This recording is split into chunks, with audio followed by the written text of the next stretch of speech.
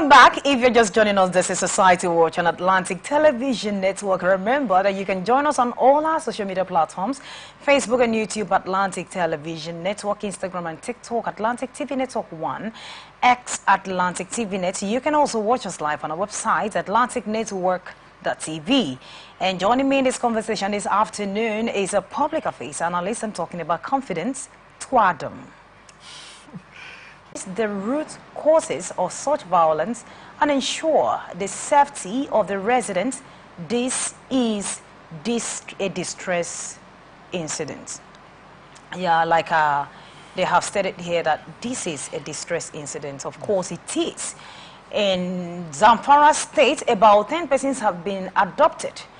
And so far, the bandits, the people in question, have not called, they have not put a call through for anything yet, which is really worrisome.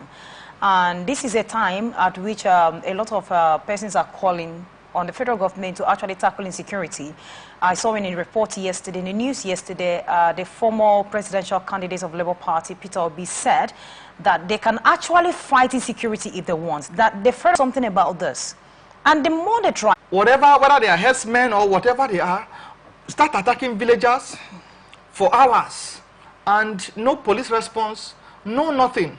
The family members are left in the hands of, at the mercy of the kidnappers to probably request for ransom, and they see how to sell whatever they can sell, raise the ransom. And still from northern part of Nigeria, we saw in a report where one of the village head was fully involved in the insecurity that was happening in the community.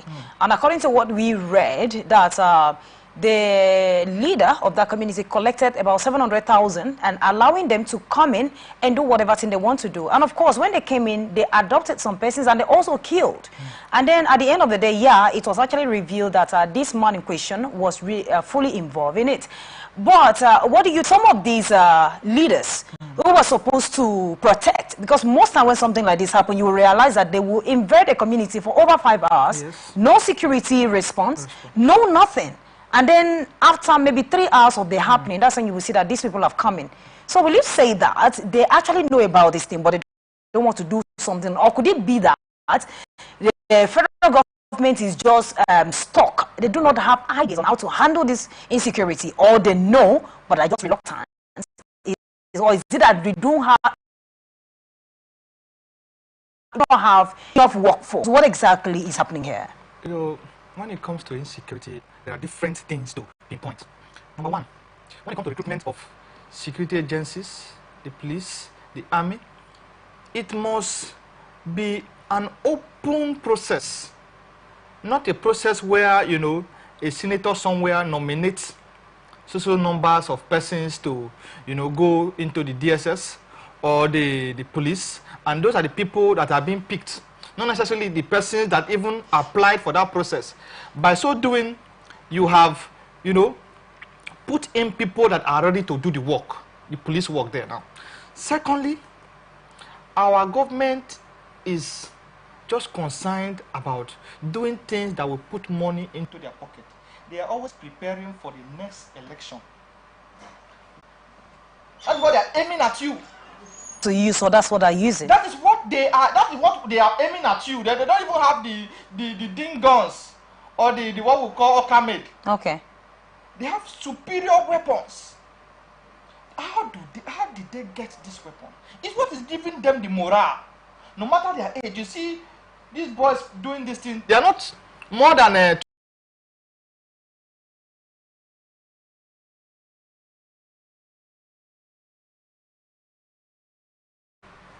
fear diesel. Before they can release... honestly, millions of naira, before they will all of these things are put into their demand.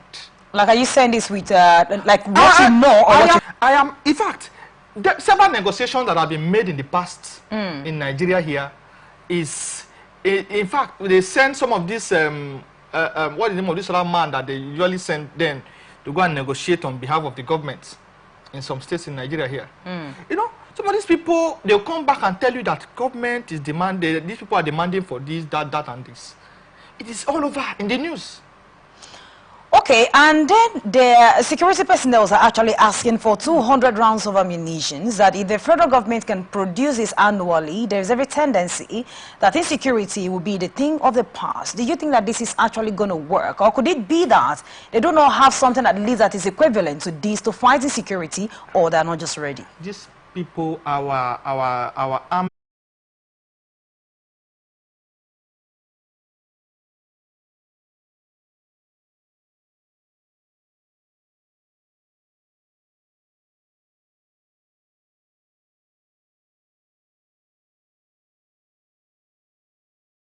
and when they manage to capture them or capture these weapons and bring to the camp, they take it from the camp and take it to Maiduguri, where the war is not happening, instead of giving it to them to use against the bandits.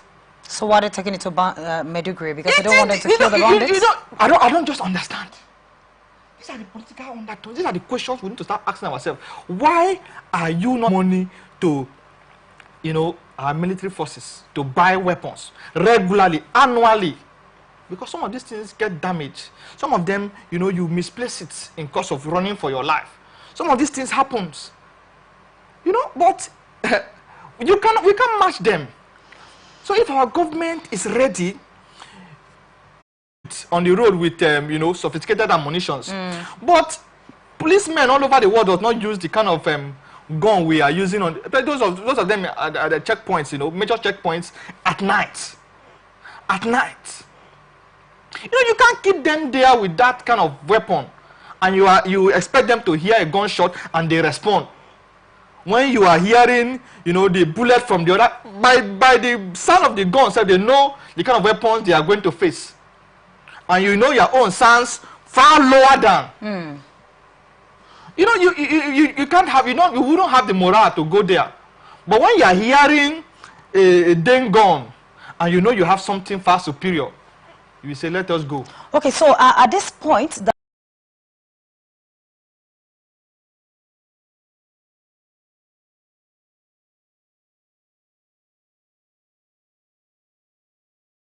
and they cannot just be there. They can't deny not to go. They will definitely go, all right?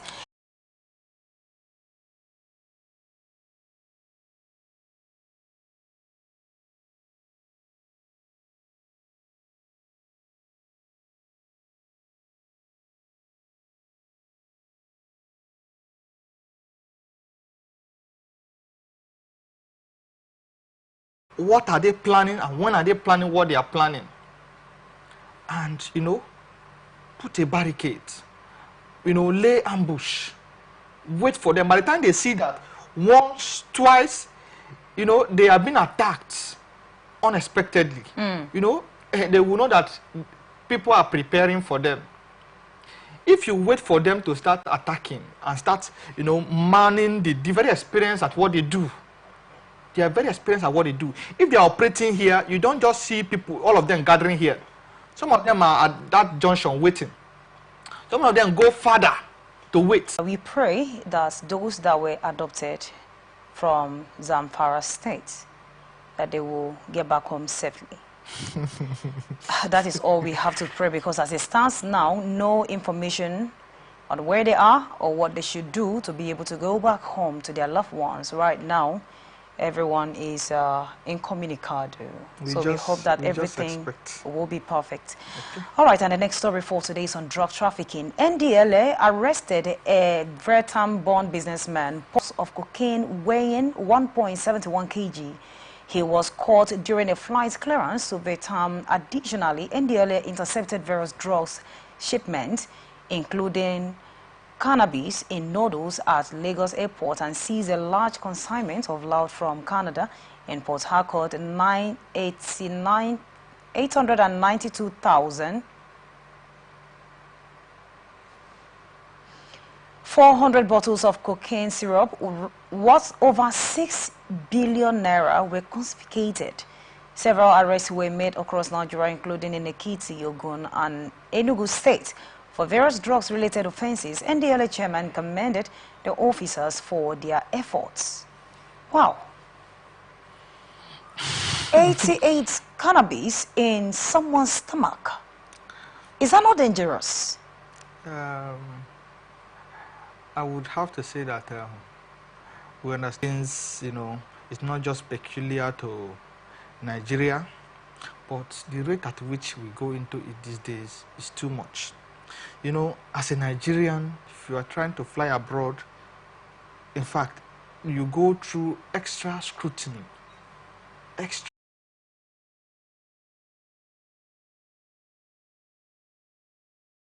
Government should do things, put things in place that will make the country better, so that people can at least see 3 square meals to eat and be comfortable.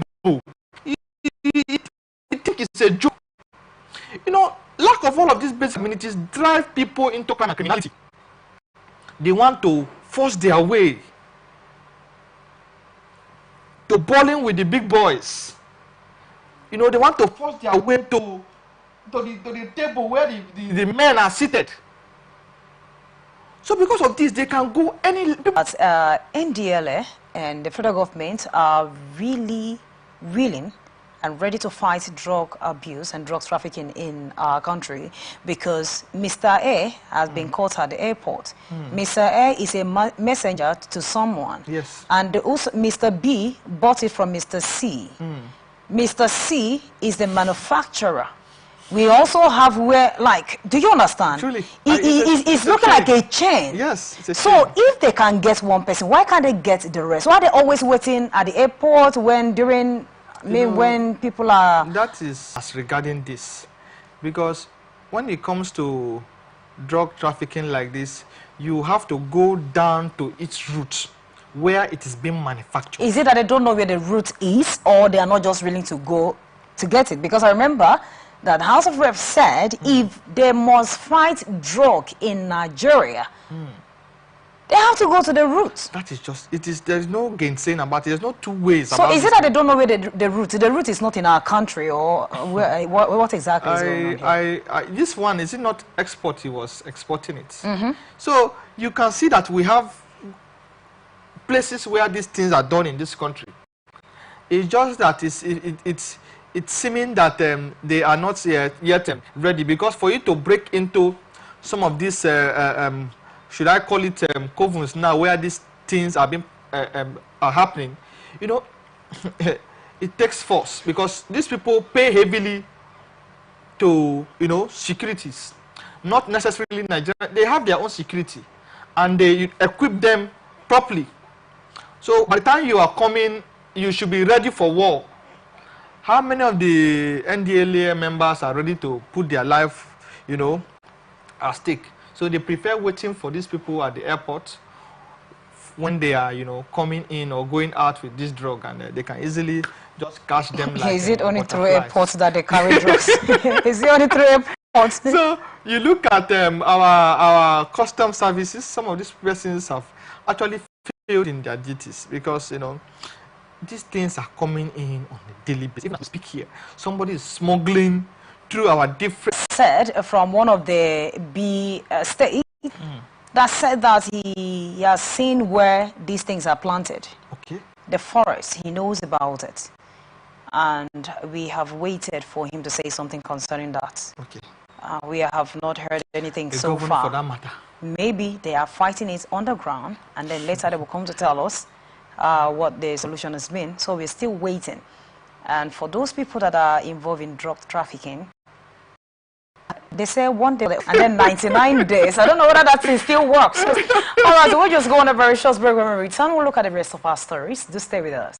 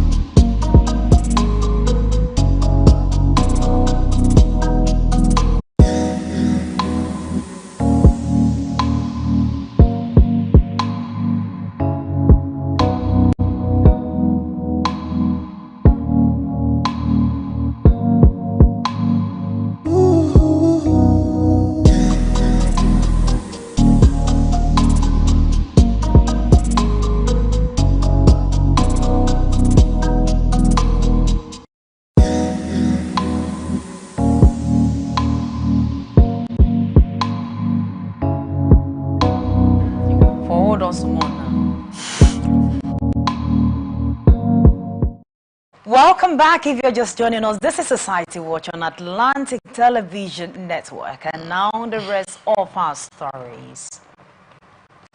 Isaac Ayelagbe, a professor of agriculture at the University of Agriculture, to feed its growing population.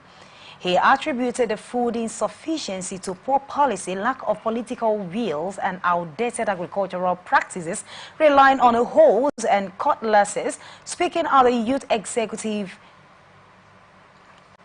Inclusive Agricultural Training area, Ayelagbe urged the government to lead its mechanization and provide simple machines to improve food production.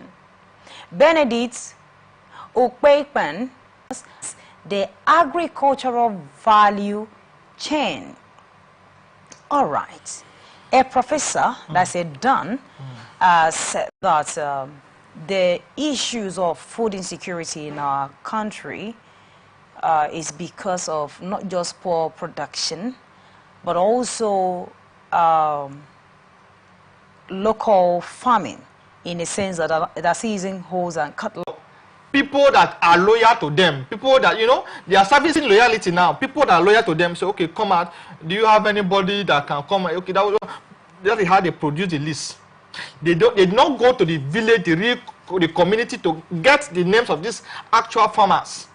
They just sit down in their room, they are compile lists, and those people will tie up and come on singing and dancing. You know, you carry this bag of these things and just give out to people that don't need it. They go to a shop nearby and then, you know, sell it at giveaway price. That is the end of it. The actual farmers are still suffering because they can't afford that fertilizer. And until we start getting some of these our policies right in this country, we will continue to complain. You know, most times when a volume of money is being mentioned in this country, at times that's when we get to know that indeed we even have this kind of money here. The mechanized farming, I mean, in the very large acres of land, are using hoes and machetes. So why are they not getting it? Is it that they feel that people would not know how to use these machines? They are not just ready. What exactly are they? If they're not ready for insecurity, they're not ready to fight drug in our country. And now I'm talking about to win the next election, to remain in power. That's what they are ready to do, to remain relevant. I just heard some, you know, just yesterday from a reliable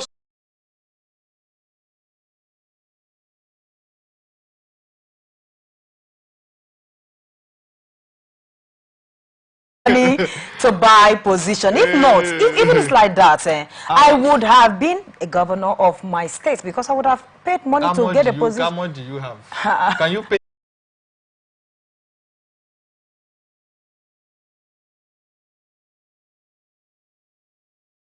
Time for them to contest the next election. That is when you see them.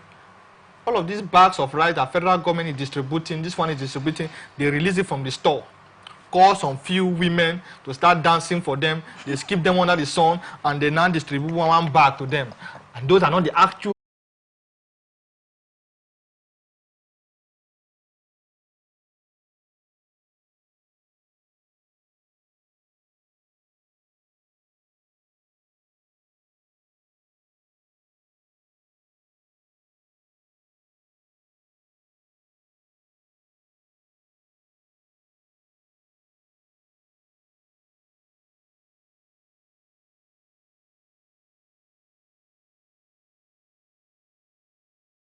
Do you understand? So do you think that this has a way of, I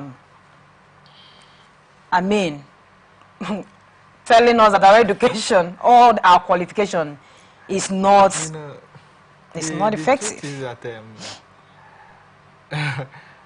in this country, we have failed to grow. We have failed to understand the times And season. Yes, we have failed to do that. These are the same people that brought formal education to us. But now, they are reducing the emphasis on it. How many persons go abroad?